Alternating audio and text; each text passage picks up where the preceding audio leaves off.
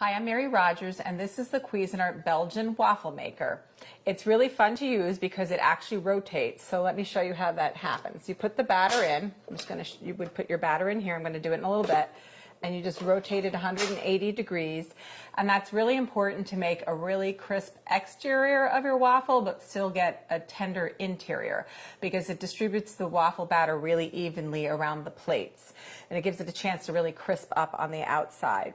So you'll notice it's a stainless steel exterior. It also has this removable tray, which is really great because if you happen to put too much batter in the waffle maker and you get some spills, this is removable. You can throw it right in the dishwasher or even just hand wash it right in the sink.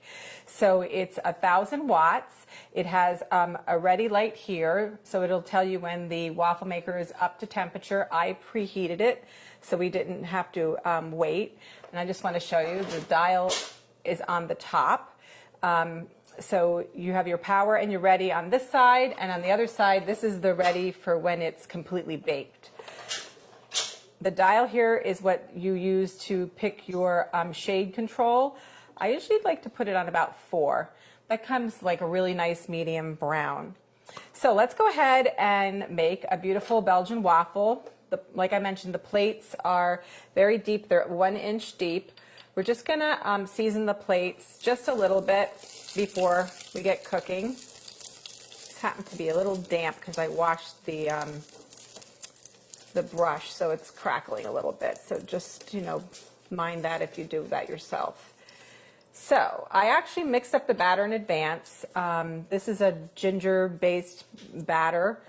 Always put it right in the middle of the plate. I'm going to scoop it out because this is a very, very thick Belgian waffle batter. So get that out. And if you want, you can help distribute it if you like. This happens to be yeast-based, so it's a little more tacky. We're just going to close it, flip it, and we're going to wait till the light comes back on, and it beeps 3 times. And we're going to see how beautifully it cooked our Belgian waffle.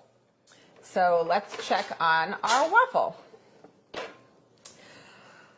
There it is. It's nice and crispy and golden brown. It didn't overflow. It's not perfectly round, but that's okay. It's still going to taste delicious.